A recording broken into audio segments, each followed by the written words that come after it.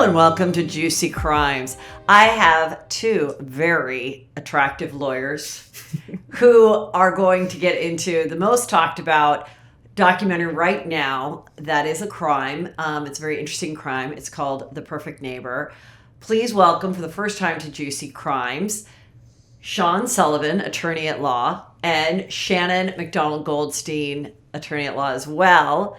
Welcome, you smart people, to my little show here, and we're doing this in La Quinta. Thanks, Heather. I'm so glad you get to meet my friend Sean. He's awesome. It's really just a little personal stuff. As for those who don't know, Shannon's my sister, and it was Sean's dad who Michael was working for at the time. So he was somewhat instrumental in you guys meeting. Somewhat, like the whole thing. Very instrumental in us meeting, yes. Quickly say how the dad made sure that you went out with him. If I can interrupt, by the way, thanks for having me. Yeah, this is a thrill. Yeah. I actually remember my old man helping pen love letters and invitations to romantic weekend getters. I think Mission Impossible was all the rage at the time, and they were writing it in the style of, your mission, should you choose to accept, is to drop what you're doing, pack a bag, take this outfit, take that outfit, and meet your now husband out here in the desert. No, he gave you a flight, right, from LAX to Palm Springs. But he wrote it almost like as almost a subpoena, like an order to appear. And just so you know, I had that framed, and it was on my wall for a long time after we got married. That's cool. That's so very cute. cool. So when you met little Sean, how old was he? I want to say like 13 or 14. That sounds about right. Yeah. How old are you now? I'm a man. I'm 41. Oh, you look younger than that. Yeah. I'll take it. Yeah.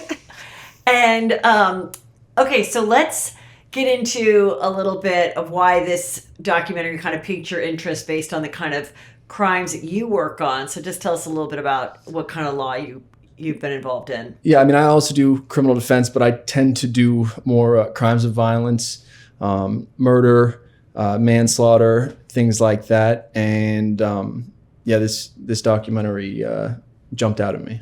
This episode of Juicy Crimes is sponsored by OneSkin. At the core is their patent OS1 peptide, the first ingredient proven to target senescent cells, the root cause of wrinkles, crepiness, and loss of elasticity, all key signs of skin aging. And these results have now been validated in 5 different clinical studies. OneSkin also just launched their limited edition holiday sets, including the Nightly Rewind gift set, which adds the perfect touch of luxury to your gift list. For a limited time, try OneSkin for 15% off using code JUICYCRIMES at oneskin.co/juicycrimes. After you purchase, they'll ask where you heard about them. Please support and tell them I sent you.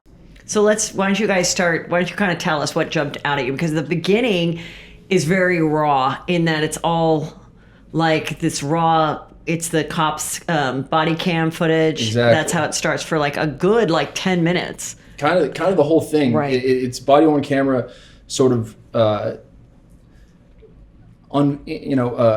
unraveling the mounting dispute between these neighbors. And what's nice about it is it drops the viewer into sort of our job. A lot of our job is just reviewing body on camera and trying to suss out what really happened. What are people saying, and how much of that is accurate, and how much of that is maybe covering other things that they know to be true but don't really want to lead with.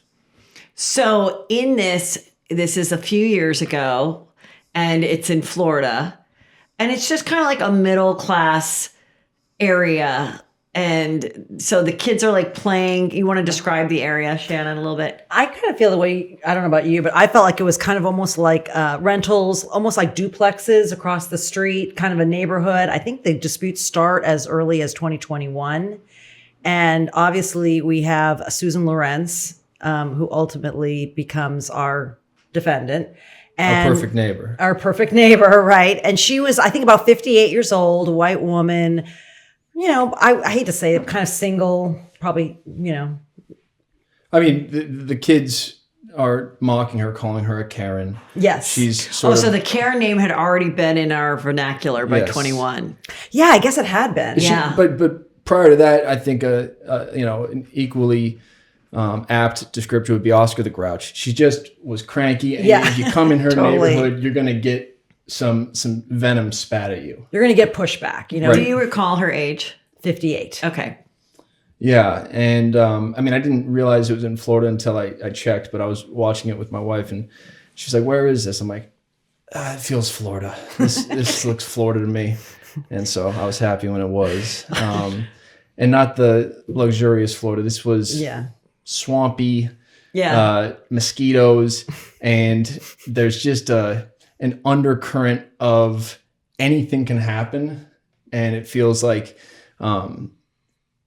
the things that are trying to set off Ms. Lawrence are about as wholesome as things can get there. It's a bunch of kids playing football and tag and running around in an open yard near where they live. I think that's the worst part is that, I can see that a neighbor would find it annoying at times, but really they're not doing anything wrong. These are kids. What would you say the ages were, like 7 or even younger to maybe 14? Yeah, I mean, something they're like just that. being kids, really, quite frankly. I know, and especially in this day and age when you're like, gosh, we wish kids would get out and I play know. more. It's like here they're actually out and like playing, and they're near their homes. And now, so she starts to complain and call the police. But were these times of the kids playing, were they ever really late at night, or was it all just during the day and she was just a bitch about it? Well, what kind of comes through in the body-worn camera footage is a little bit of the confusion that you're asking about here. Each cop that comes out, sometimes it's the same cop, but oftentimes it's someone new to the scene who each time is being introduced into this sort of Hatfield and McCoy's situation that's brewing. And sometimes the cops are taken in by her and are like, whoa, this is going on. Let's get you some protection. And other times, more often, the cops are going, hold on, lady. And this is as the calls are mounting, maybe there's starting to be a little reputation brewing. Lorenz is calling again. One of us has to get out there. But the name of the show comes about because in one of these early calls, Lorenz, who does a pretty good job of disarming someone that she's talking to with little colloquialisms and oh, little old me kind of vibe, is saying, look, you got to believe me. I'm like the perfect neighbor. I wouldn't complain about this sort of thing.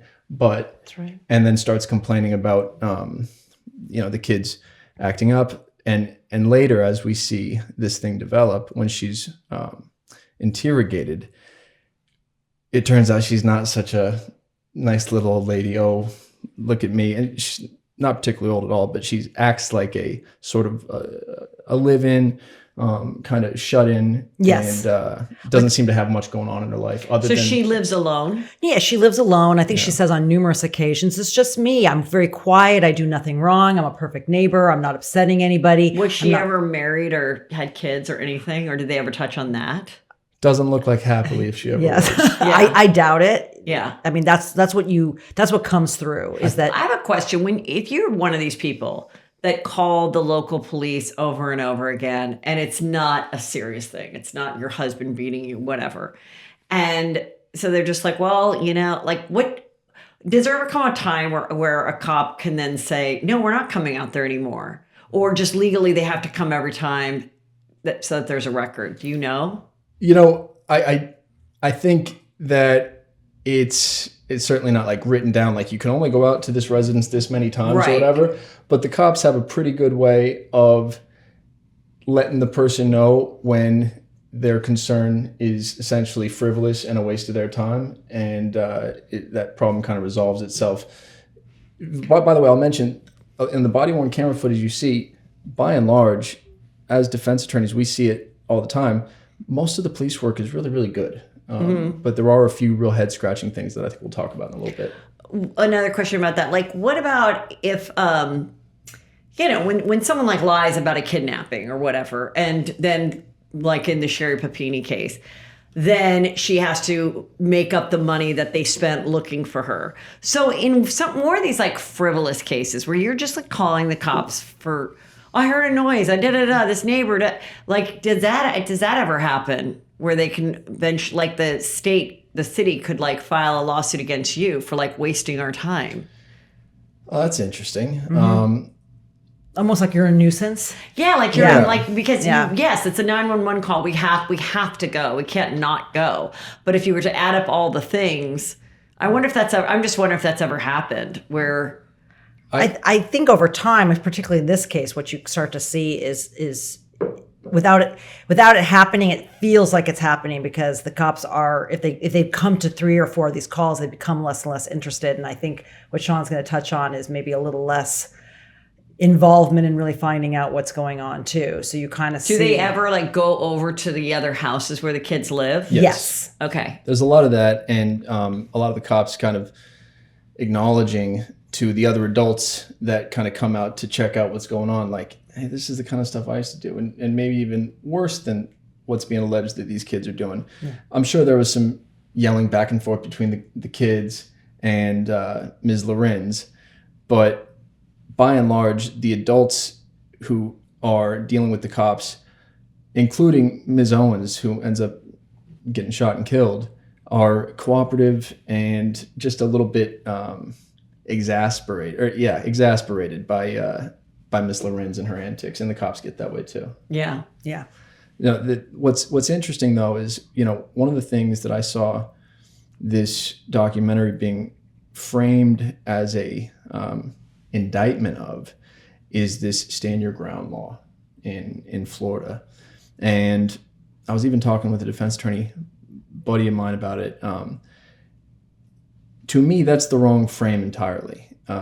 What ends up happening here is, these disputes or these complaints grow in number and frequency, and we actually see one little side issue where Ms. Lorenz gets the cops called on her because she ends up getting locked behind some no trespassing zone and flips out and starts like ramming her car into this fence and damaging this fence pretty seriously, and the cops have to come out and be like, what the heck's wrong with you? What are you doing? Oh, well, I panicked. And she immediately invokes her fear. I panicked. I thought I was locked in. I had a fear response. And because of that fear response, I can't really be held accountable for just flipping out and seemingly out of anger driving through this fence that you didn't like getting locked behind you. And how early was, what was that driving fence thing? Well, they only include that in my estimation because it casts doubt on a similar claim later when, after a dispute with these neighborhood children, where Ms. Lorenz is maybe using racial epithets and certainly foul language and harsh language with these kids, and may or may not have thrown a roller skate at a kid and maybe taken a kid's iPad, the mother of one of these kids, who we see early on in the body-worn camera footage, say, if anything like this ever happens, kids, you don't engage, you just come get me, and the adults will work it out. The kid does that, and she goes over to work it out, and she probably comes over hot, bang, bang, bang. You leave my kids alone, you don't do this. And next thing you know, a minute later, she's dead. And once the police come out to investigate. Okay, keep going. Well, so she comes over, knock, knock, knock. Yeah. You don't talk about my kids. You don't throw things at my kids. You don't steal iPads, whatever she's saying. As this is happening, Ms. Lorenz calls 911 and says, hey, these kids are, or maybe actually right before that happens, she calls 911, hey, these kids just came over, kind of anticipating that she probably just acted out and these kids are going to go tell on her. So she wants to beat them to the 911 call. Oh, okay. And then between that 911 call and a second one, like 2 or 3 minutes passes. The second one is her being like, hey, I just shot and killed someone. Or I guess other people are calling, being like, hey, I just heard this gunshot. And so the cops time it out. It's maybe only like 2-3 minutes from her saying, hey, these kids are acting up, to 3 minutes later, you've now shot and killed one of the kids' mothers. And so in that time, the mother came over, knocked on the door, and one of those fear responses just took over from Miss Lorenz. And even though she was behind a locked door, even though she didn't have any reason to believe that the person outside was armed or was intent on doing physical harm to her, she grabbed her gun, not her phone, and fired out the front door. Ends up killing the person. What I thought was super interesting is that the case was, or this documentary was being talked about as, this is the problem with stand your ground laws. And, spoiler alert, it's not like a stand your ground law here applied or saved her from anything. She ends up getting convicted, goes to prison for 25 years or sentenced to prison for 25 years. But what she's convicted of, to me, is the story. She's convicted of manslaughter, not murder. Why not? Why not murder? Yeah, why not murder?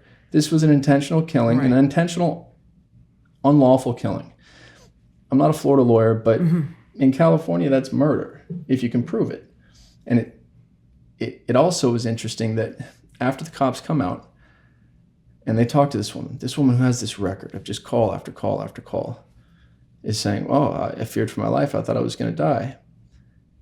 They let her go after the initial interview for 4 days. Yeah. She gets to go back to her house Yes. while the woman is in the coroner's office? Yes. She goes back to the neighborhood, and everyone in the neighborhood is just glaring at her. Just like, She just goes right back to her house. Because they all hate her. They've all lined up against her. She's an And army neighbors of are one. coming over and helping her clean up or whatever. I mean, not her neighbors, It's but like crazy. her family.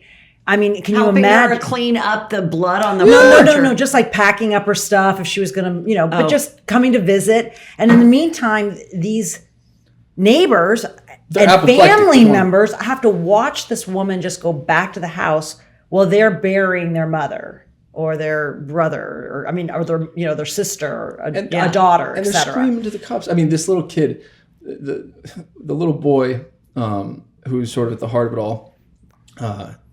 It's truly devastating to watch the family watch their mom get wheeled away still alive, and then learn later, after their biological father is called, arrives on scene, he learns the outcome, and then we watch him go and tell these kids. Yeah, and they're that's asking terrible. the kids, like, are you okay? And this kid goes, I'm okay, but my heart is broken. And it breaks your heart too, man. It just does. And so you're going, It's so you're pulling your hair raw. out. You're like, why is Ms. Lorenz not being treated like a common killer? Because that's what she seemingly did here. And the cops are getting all this pressure from the neighborhood and everything. We want justice. We want justice. And they kind of come in, and it's not the cops making the charges, but law enforcement comes in and basically says, it's okay, guys, don't worry. We are arresting her. And next thing you find out, it's for manslaughter. And that, to me, was just a head scratcher. So maybe there's some weird thing in Florida that doesn't, compute over to California. But in California, even if you say, hey, I did this out of self-defense, certainly Riverside County, Right. not a lot of stock's put into that if the evidence suggests otherwise. And here the evidence was pretty clear that this was not a trigger that was pulled out of fear. It was pulled out of hostility, out of anger, out of rage. I know this time of year, your skin can kind of suffer. It feels dry. It's not as glowy. You're wondering what's going on. The weather changes. And that is why I love OneSkin. At the core is our patent OS1 peptide, the first ingredient proven to target senescent cells, the root cause of wrinkles, crepiness, and loss of elasticity, all key signs of skin aging. And these results have now been validated in 5 different clinical studies. Certified safe for sensitive skin, which I do have, OneSkin products are free from over 1,500 harsh or irritating ingredients, dermatologist tested, and have been awarded the National Eczema Association Seal of Acceptance by the NEA, delivering powerful results without the side effects. Truly, I suffer from eczema and I've been using this and it is so wonderful. I love OneSkin. OneSkin also just launched their limited edition holiday sets, including the Nightly Rewind gift set, which adds the perfect touch of luxury to your gift list. It's the ultimate upgrade to any nightly ritual, featuring their best-selling face moisturizer, their brand new peptide lip mask, and a sculpting gua sha tool. Each element is designed to work together as your body enters its natural nightly repair mode, helping renew skin at the cellular level for a stronger, smoother, and more youthful looking complexion. For a limited time, try OneSkin for 15% off using code JUICYCRIMES at oneskin.co/juicycrimes. After you purchase, they'll ask where you heard about them. Please support and tell them I sent you. Do you know what kind of gun it was? I'm not familiar. Was it like a handgun or like a rifle? Okay. Handgun, I'm pretty sure. And it was not the only handgun she had. And I by the was way, just going to say, she strikes me as someone that needs more than one gun. yes, Exactly. Like a lot of guns, yeah. Because those kids, might get in her way. I know. It's crazy. Wow. So do you think that they went that route because they want to keep this law like in good standing and not have it be a challenge, a type of a challenge? Because I always remember kind of one of the reasons. So in being raised in California, in our home, we never had a gun, and my dad always would like give to gun control and stuff. And so then I would like do my school projects on it just because he had all the information. So it was just easier research. And, I remember some of the things were like, it's the first thing to be stolen when you're robbed. Mm-hmm. And my dad was like, I just know that it would be used with, on somebody in the house. Like my dad would go crazy or my brother or whatever. And so I was always like, okay, that's interesting but I also, obviously, I respect people that grow up in rural areas. And I do think with the crime in LA and everything, a lot of people want to have guns, and I get why.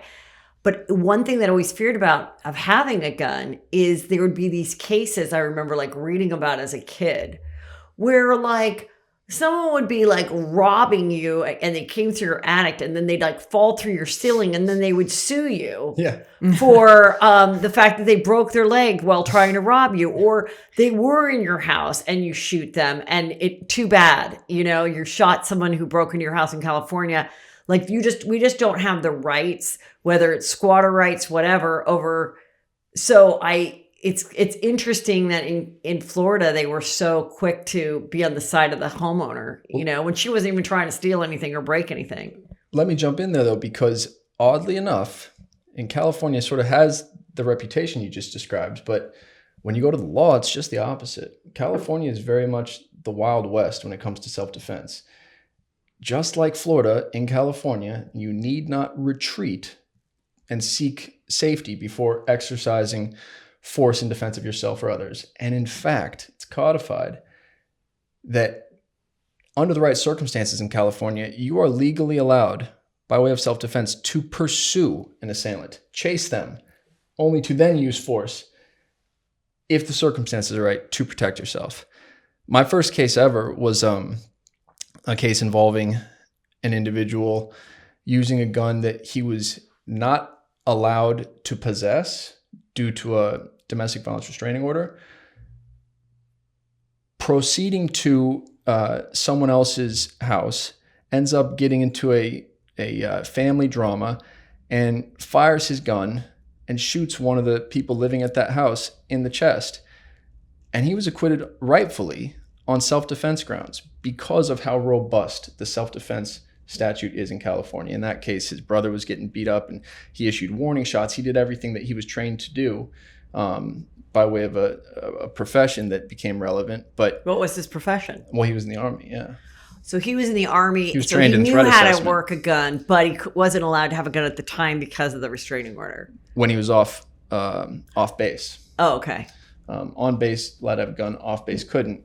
He was off base, but trained in threat assessment and maintained his innocence throughout. And the jury very, very quickly, in about 30 minutes, came back with a not guilty verdict because they saw that in California, he acted appropriately under the law. And what's kind of cool is it is ultimately, you could have a different standard based on where in California you go to trial, because it's up to the jury to decide what is reasonable under these circumstances. And so when you pull people in from this community, it might be different than what it is in LA. It might be different than what it is in San Francisco, et cetera. And I don't think that we have said that the woman who shot the gun is white and the woman who was murdered is black. Correct. And the kids in the neighborhood were black. There was, all shades. Yes. There were other kids. And sure. When the cops are interrogating the shooter, they're like, so did you ever use any racial slurs, any N-word at all? And her response was pretty telling. She goes, I mean, if I let one slip, I let one slip. These things happen, kind of. Yeah, it's a very interesting interrogation. Yeah, for sure. And in the interrogation, is she shocked? Like does she say, I just shot the gun as a warning? I didn't think it would go through the door? Like Like, what did she say? She sticks to like fear, right? Correct. She totally sticks like fear. And I think what's interesting is what Sean was talking about earlier, where she was arrested because she panicked and then causes vandalism when she was trying to get out of this gate. That's where it comes back, because she kind of almost is showing, I'm a person who maybe panics too soon, that's my reasonableness, And I think she kind of used that as her reaction was reasonable in the circumstances based on who she is, because she was panicking that this woman came over. That was the impression I got. Do you think she was really panicking though? No, I think that was her. I think it was a perfect setup though, because I think when the officers started looking at the case and investigating it, some officers believed that and other officers didn't. The thing that I thought was super interesting about the let's call it the rage incident at the gate, because it's what it was, right? Of course. Like, come on, you panicked, so you had to just run through this gate. It didn't seem to align. What seemed to happen was she didn't like that she was locked up, couldn't get her way, and just said, just very screw entitled. This. Yeah. Entitled. Well, and speaking of entitlement, when she is eventually about to be arrested, it's like a full-on 3 or 4 or 5 awkward minutes. That was something I've never seen. And I've watched, I don't know how many hundreds of hours of body-worn camera footage. Yes. I've never seen cops have a tougher time getting through to this person's head that, no, you're going to have to get arrested now. We're going to have to put handcuffs on you. You mean after the shooting? No, this is like 4 days later. Oh, okay. After she's kind of thought, maybe I'm going to get away with it. Maybe they're buying I was just a scared neighbor. They kind of are like, yeah, the thing is, we don't think that's the case. DA doesn't think that's the case. You're going into custody now. And she attempts to simply refuse. No, I'm not going to do that. And she basically says that. She goes, no, I'm not going to do that. And they're just kind of sitting around going, well, I mean, it lasts for minutes. Oh my God, I can't believe how patient they were. I would have grabbed her and said, you're going. I don't care how old you are and how fragile you claim to be. They were extraordinarily patient with her. And frankly, if I have any sort of criticism of law enforcement in this case, it is the degree of patience that they provided her. She is so unworthy of it. And it's hard to believe that they would give everyone that degree of patience, but all we see is what they do with her. And frankly, I thought they went above and beyond completely the Call of Duty as far as showing her. In general, I think women get the benefit of the doubt because they're not a big, huge, menacing person. So it's like when we see any kind of police brutality or not brutality, sometimes that force has to be taken because you're dealing with like a physically much bigger person, and this woman is older and she's white and she's not physically fit, and so it's like they probably of course she got a different treatment than a man would, or a woman of color, or whatever. But it went so long. Like it was weird. I was like, well, if she is. It was almost like, well, what's going to happen if she really truly doesn't agree? Because how long are we going to just watch this woman sit down saying, nope, I don't think so. Yeah, she was trying to filibuster. Yeah. No, she was really calm. She goes, no, I don't want to go. No, I don't want to go. And in a rather composed tone, I think there's a certain magic in this woman's like vocal cords, like that adds to how long it took for everyone to realize, like, oh, she's just batshit, right? Oh, I'm sorry, am I allowed to say that? Yeah. Okay. Oh, yeah, for sure. But because she has a sort of like I said, that colloquial sort of like, I don't know, just trustworthy appearance at first. Well, she also, the thing I thought was really interesting is when they do arrest her and they ask her, this was previously, when they ask her about, well, we saw you trying to get out of this gate, she totally denies it. Mm-hmm. She completely denied, that wasn't me. Then she finally admits it was her. Like, she's constantly playing whoever. So she's a liar too. Yeah. And she's playing, depending on the officer that comes to her call or when she was arrested, she has a totally different way of communicating with that person. That's how I felt. Yeah, she reminds me of one of those people that you see like the videos of that like are purposely throwing themselves in front of cars or whatever. Right. And like, yeah, to get the insurance. That's the vibe I got. Yeah. Man. But she is not she's a liar, but not an unskilled one. Right. So, I'm just thinking about if I was in her situation and how I would try to get out of it and try to do the defense. Talk to the police. Yeah. Please don't We'll talk start to the there. I police. wouldn't talk to the police, but I think because I always like to see what would I if I found myself in that situation. I mean, I would play up the fact that like I live alone. I would try to act like I'm more fucked up than I am, like I'm crazy, and I would have also said I didn't think that the bullet would go through the door. Like, did she ever say that? Because I think if you could, if that would make I was me trying go, to scare the person away. Yeah. Right. All right. So like a warning I think she shot. tried to say that it was, she tried to shoot maybe lower is what she was saying, that maybe it would be a superficial wound. I don't really know. I think she was more thinking she wasn't right outside, even though she was saying she was banging on the door. And therefore I was just going to scare her. But I also felt like a total lack of remorse. Did you follow that? I didn't see any remorse. You remember when they tried to have her write a letter to the kids? And which is a classic tactic. The cops will sort of, after the evidence that they have against the suspect has been laid out, and if effective, has left the suspect feeling very, very boxed in, they will provide a pad of paper out of the goodness of their hearts and a pen and say, if you'd like to unburden yourself, I can't let you talk directly to those children whose mother you just unalived, but I'll make sure that they get your words. And at first you see her writing, and I'm going, oh, she's fallen for it. Many have, and it just cinches the case up perfectly. But And how does it cinch the case? well, sometimes people just start, writing. I'm so sorry. I can't believe I did this. And this is, they actually do take it as an opportunity to unburden themselves and sort of and just so lay it it truly out. is like a written confession Yes. then that they have. But Yeah, instead of a letter to we're also going to be able to admit this letter into court as a confession. Yeah. But it was like 2 lines basically saying, Sorry, I'm sorry she died. It wasn't my fault, more or less. Sorry she died. I was scared. Yeah. So she sticks to her story. She knows from the jump. And it wasn't there even something about her maybe researching stand your ground laws? Yeah, it was on the computer. Yeah, she had researched stand your ground laws. And so she had her talking points. So she's just smart enough She to be was- dangerous. Exactly. She was doing the right things to defend herself, save for that she was doing them to the police. If she wanted to provide the best defense possible, she ought not have spoken and should have gotten a good attorney to advance potentially, if the light can be shown on the facts the right way, a self-defense argument or but really it would have to be a miracle worker, because in this case it jumped off to me, a defense attorney. I'm like, this is clearly murder. This isn't self-defense.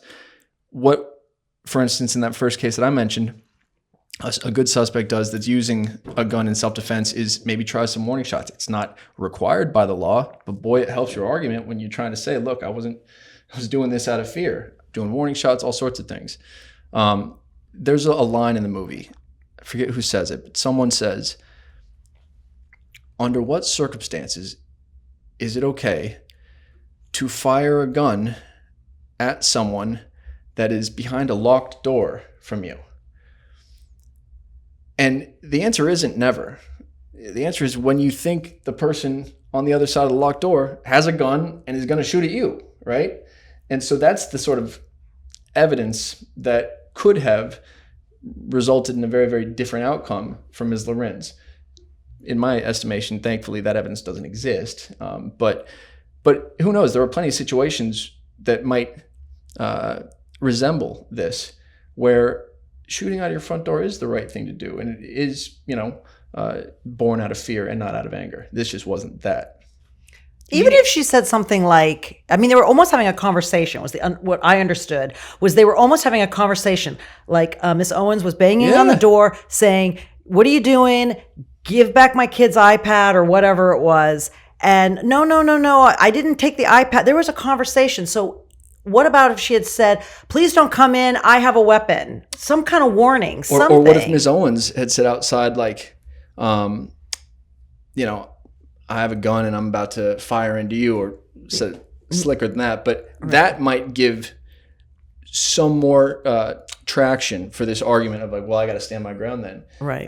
But we have nothing like that. And what we do have is, a whole, I think some of the really like mind blowing stuff to me, we've already talked about her not being willing to go into custody, but back to the gap, that 4 days after the shooting, an initial interview and the ultimate re-interview and arrest, there's a time where the cops come out to help Miss Lorenz kind of keeping the peace with her as she's like getting things from the house or whatever. And this real firebrand neighbor across the way, who we see throughout the documentary, comes out and is just giving Ms. Lorenz an earful, just jawing at her. You're a murderer. You're this, you're that. And the cop comes over and he's just doing his job or whatever. But he's like, hey, I might be mixing up, but he says something like, hey, don't make my day harder. Don't make this so difficult for me. And you see this woman go, difficult for you. She's sitting here. She helps raise these kids who just lost their mother. They're all in the same issue. Difficult for you? Difficult for you? And you hear the cop almost go, oh, I walked into that one. I didn't need she to was a complain to mother her. of 4. Oh, I liked that lady. Yeah. You really liked that lady because she was a single mother of 4 taking care of these kids and and she allowing saw you. BS and was calling BS. How long did the defendant live at this location for? I think for a while. She seemed like she was pretty hunkered down, but what was hilarious was the air of, she had a certain pompousness to her the first time the cops come out when she's complaining about what this neighborhood's like come to, and these little, ruffians outside are running around. She's like, I was thinking of buying this whole little unit, but not anymore. It's like, you ain't buying that unit. She doesn't have any money, right? Did she have any money? Nah. Did she have money? So does she get a good defense attorney? I don't know. They don't really go. She has an attorney, but they don't go into the court stuff because it sounds like she just pled out.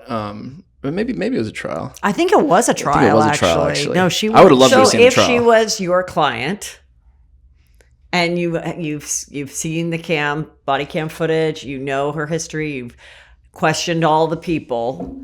And obviously you want to try to get her off or have her do as little time as possible.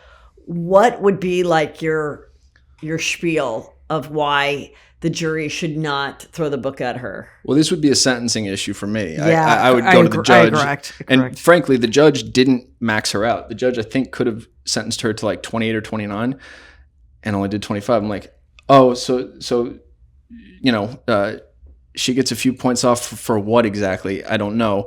But in California, if charged as murder, this is 50 to life that you're looking at. She ends up getting 27 or no, she got 25, which means it's probably a life sentence, but there's a world where it's not, and she gets to get out one day.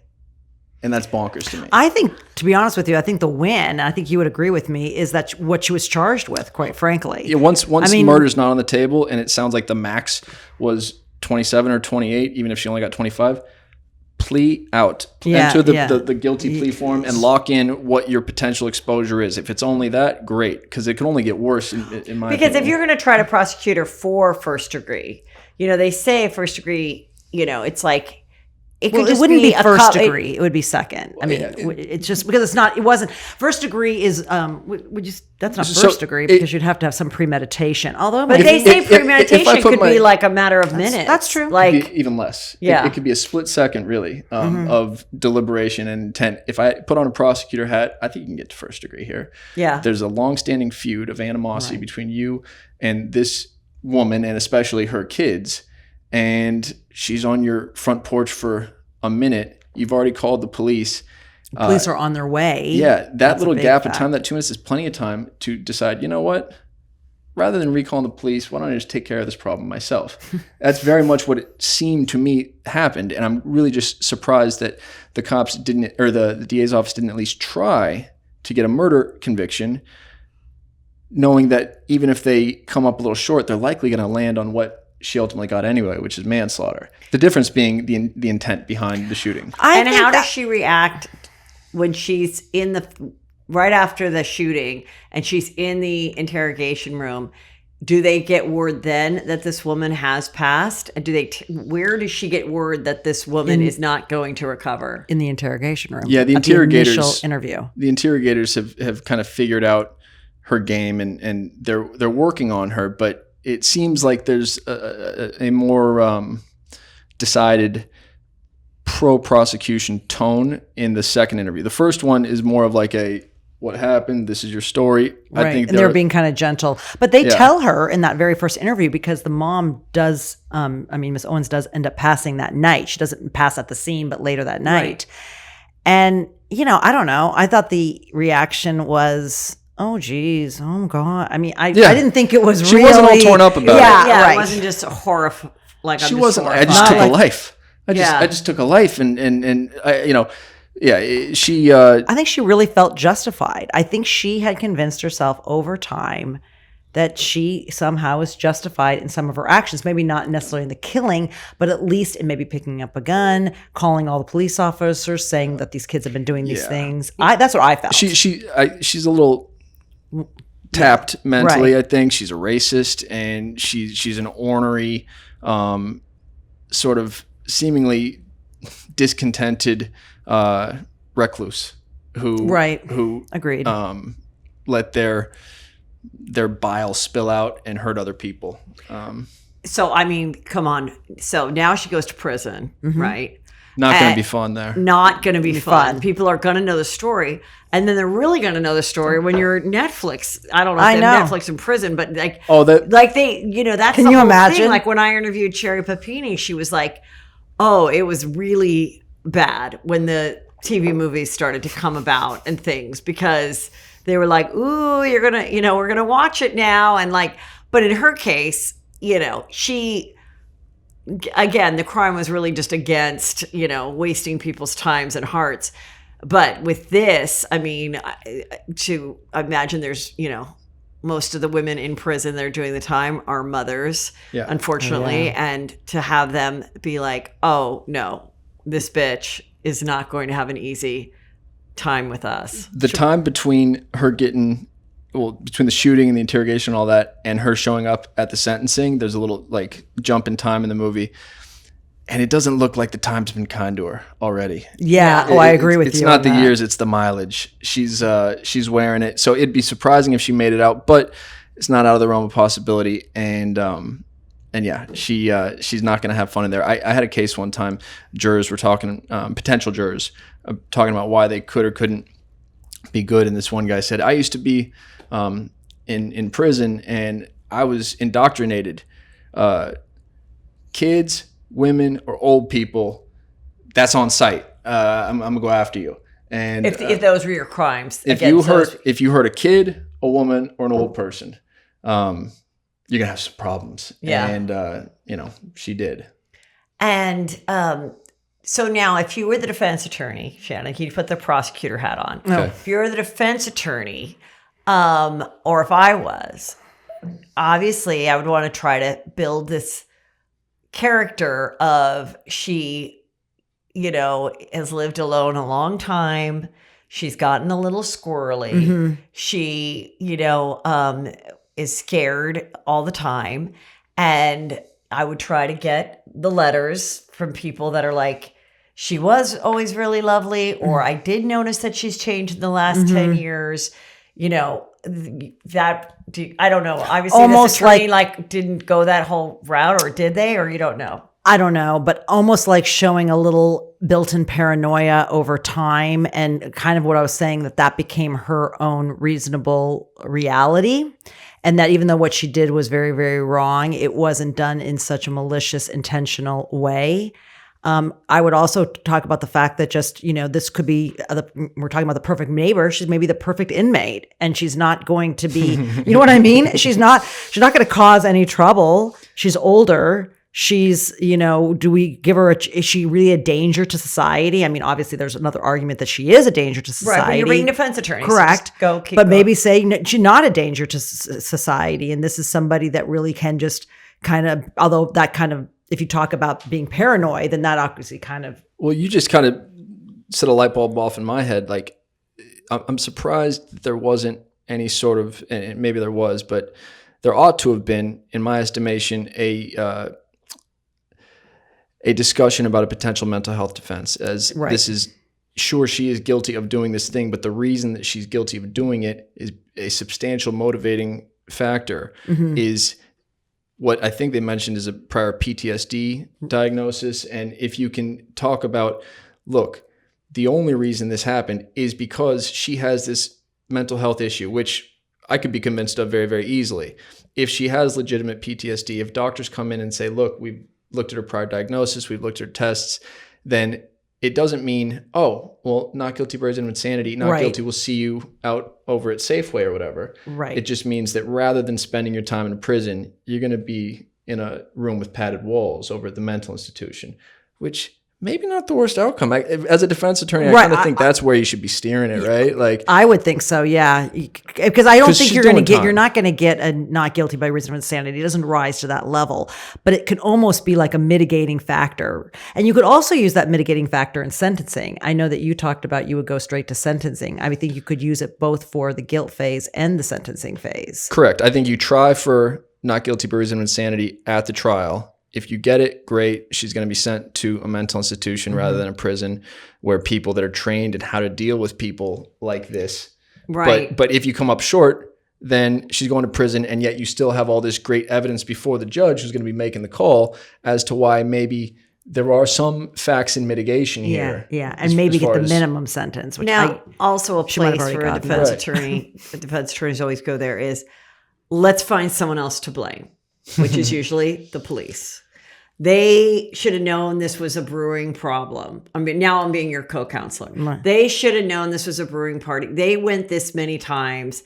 Like, why didn't they bring social services out there to try to solve this problem? Or why didn't they talk to the landlords about could her unit be moved? What is going on here? Like, I'm not saying that they did do anything wrong, but I'm saying if you put that, so it always seems like sometimes you need to put it somewhere else than on the defendant. Right. I kind of think that's actually, those are interesting arguments, but maybe more for a civil practitioner or a wrongful death action on behalf of the child who's just lost, or these children who've lost their mother. I would think that they... Hey, cops, how many times do you need to be called out, like you were talking about earlier, to be kind of put on notice, like, we have a little issue here. Right. And what is the best way to deal with that issue? It's not like they can say, hey, we got to move you. Like, she gets to live there. But it frankly, I think it's part of the reason it's been so captivating to everyone is it is a quagmire.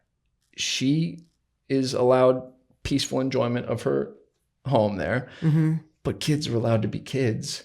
And just because you're getting frustrated or irritated doesn't mean you respond in anger. And we saw that sort of thing mounting. So I think a civil attorney could explore that.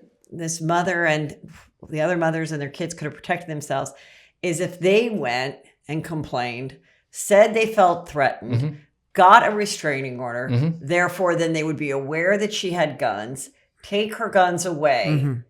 And that is such a hard thing to have done. You have to really prove that she, and if it's just her yelling on her porch, get off of my lawn and all that. Yeah. I think you just cracked the case, actually. That's exactly what should have happened here. Yeah. One of these responses from law enforcement, and they're very cool. They're talking about, hey, I get it. Your kids are just like me, blah, blah, blah. But maybe a nice little, certainly not a requirement, but a nice little thing to do would be like, if you're actually worried about her doing something serious, you might explore, because cops do this a lot, you might explore a civil harassment restraining order packet. And that is a much lower standard that needs to be proven in order to get put into place. And like you said, that was the thing that I was like, whoa, right on. It removes your guns. And so this wouldn't have happened ostensibly if she didn't have access to a gun right then. And a restraining order that I think could have easily been proven and granted had been. And that is the scary thing about guns and why it's like such a hot topic, because I understand I can barely work a TV remote. I don't want to be in charge of a gun. I don't want a gun near me. It scares me. But I also totally respect people that know how to have guns, know how to work guns and have guns. And, at my old house, we had a neighbor that we're friendly with that had guns, and it made me feel good that, like if something went down across the street, this person knows what the fuck they're doing.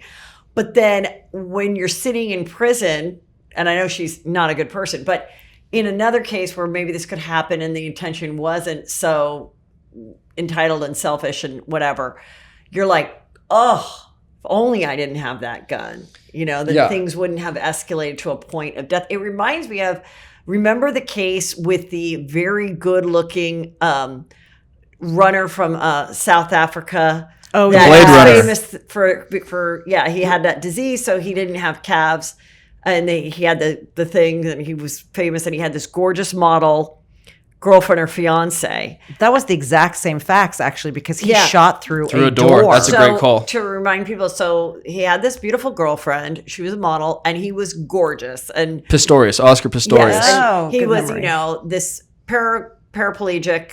What is that quadriplegic? Not quadriplegic. He was just an paraplegic. amputee. He's a Paralympian. Paralympian. Paralympian. Yeah, and because he was so good looking and everything, he would, kind of be the toast of the town. And lots of girls did not care that he didn't have the second half of his legs because he was so good looking. So he gets this gorgeous model girlfriend.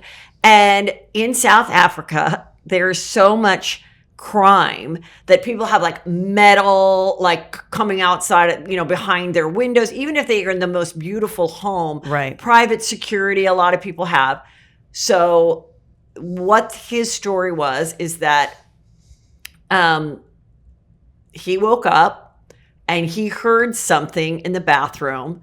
And he immediately was like, who's there? Who's there? And then there was some rumbling to come out of the door or whatever. And then he shot through the door all these times and then opened the door and saw it was his beautiful girlfriend who had gotten up and went to the bathroom. And the prosecutors were like, no, there's a history of you guys having marital or, relationship problems.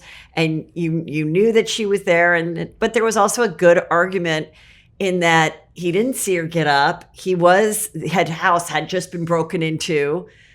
It's a very gun happy place. Like a lot of people have guns because it is like the only way to protect yourself. Right. And So what do you think? well, he did do some time, I know, but No, he was convicted. he for was sure. convicted. I think he's out now. And it's just a really horrible thing because whether he was mad at his girlfriend or he thought and he wanted to kill her, or he thought this really was a criminal, it's like, oh, if you hadn't have had the gun at all. And they got right. into whether or not I think he had his prosthetics right. on And so his it's like vulnerability, right? how he had walked over, because of course he was sleeping, so he didn't have them on. And so he could walk on them. Color me skeptical. I think he was angry. I mean, I get it, and I think there was a history By the way, of him with other girlfriends. With seems them, relevant. there was something where she had said to somebody like, I think we're going to break up. There was stuff like that. So the other argument is they get in a fight. She's like, fuck you, I hate you, or something, or maybe he has his hands on her or something. And she goes to the bathroom and shuts the door, and he loses his mind and he kills her. But it's still, to me, didn't really make sense that he would do it that way. Like usually that's not really like a crime of passion. A crime of passion is more likely strangulation or through the something door. like that. Yeah, that it's through the through door the door that is you're not interesting. seeing her.